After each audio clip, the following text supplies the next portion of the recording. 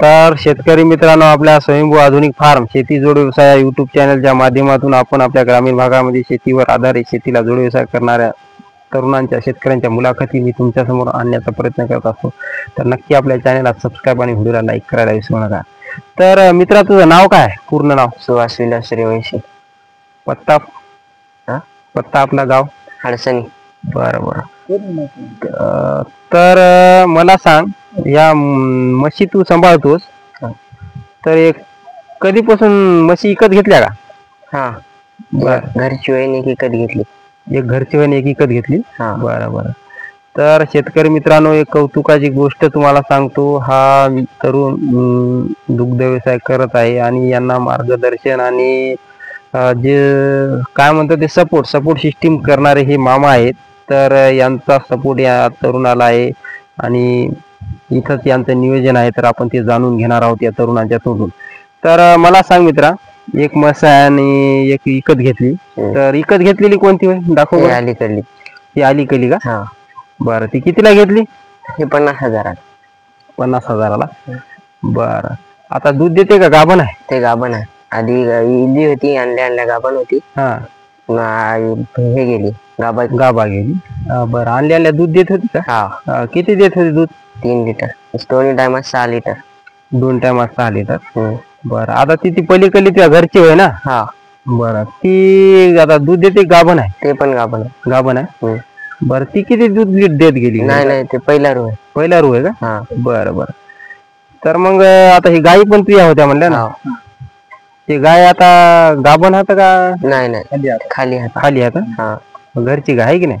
बरं बरं. तर मग मला सांगा, आता या 2 म्हशीचं नियोजन कसं करतो तू साऱ्याचं? म्हणजे सकाळी सोडायच्या. हा. 8 वाजता.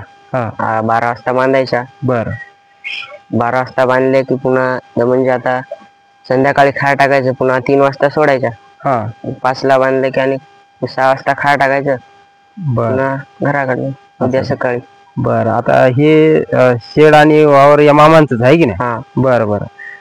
तर मला सांग, आता या एकंदरीत एका आता सध्या एक म्हस दूध देते ना? हा. बरं, तर डेअरीला देता का घरी? नाही, डेअरीला. बरं, तर मग डेअरीला हप्त्याला किती येत होतं? नाही, आता गाभण आहे सध्या. असं का? बरं, पहिलं देत गेला आहे की नाही? हा. तर पहिले किती हप्ता यायचा एका म्हशीचा? एका म्हणजे 10 दिवसाला 2,500-3 हजार रुपये हप्ता. 2,500. हो. बरं, मग आता या दोन्ही म्हशीला ढेप वगैरे चारतो का? नाही, आताच नाही, म्हणजे 9-10 महिन्याचं याच्या पुढे. बरं बरं, असं आहे की नाही? तू आता नवीन दुग्ध व्यवसाय करायला. बरं, मामा थोडं इथे या बाळापाशी.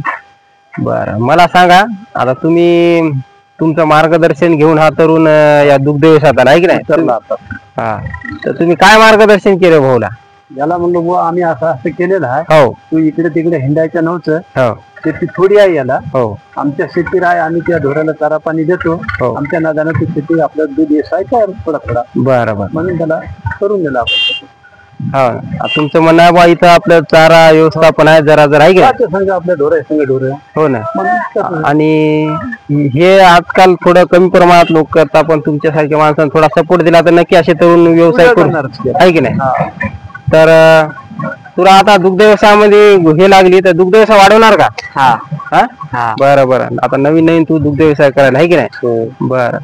तर मग आणखीन आता किती दिवसाला येतात ही म्हशी? 10 महिन्याला. आणखी 10 महिने? 2 महिन्यामध्ये हा,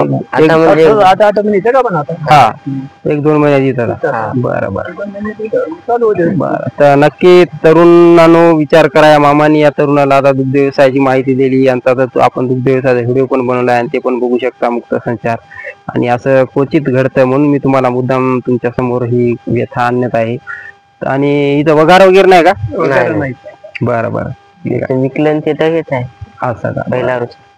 तर बघू शकता शेतकरी मित्रांनो, आता नवीन हा तरुण करत आहे. तो वय काय बरं? 17. बरं बरं. आता दुग्ध व्यवसाय करणार आपण, वाढवणार. बरं बरं, नक्की. तर नक्कीच या दुग्ध व्यवसायाला आमच्याकडून शुभेच्छा. आणि दुग्ध व्यवसाय वाढव, मेहनत कर, मामाचं मार्गदर्शन घेऊन. आणि जे कमी वयामध्ये मामा तुला जो संकल्प आणि रस्ता दाखवला तो नक्कीच अभिमानाचा आहे. कारण तुझ्या वयाची पोरं जर काही काम धंदा न करता नक्कीच वट्यावर बसायली, पारावर बसायली, थोडंफार हिंडायली, गप्पा मारायली, तर हा बोध घेऊन पैसा आर्थिक संपत्त झालं तरच काहीतरी नाव आहे की नाही. बरं बरं, तरच फायदा आहे की नाही. तर नक्की फायदा आपलं नाव, हो बाकी काहीच नाही ना. हो याच्यामुळे संख्येमुळे पुढे पुढे चाल जरा. हा नाही नाही, 100% तरुणांनो असा संकल्प करा आणि अशी गोष्ट झाली तर नक्कीच फायदा होऊ शकतो. तर नक्कीच आपल्या चॅनलला सबस्क्राईब, व्हिडिओला लाईक करा. जय जवान जय किसान.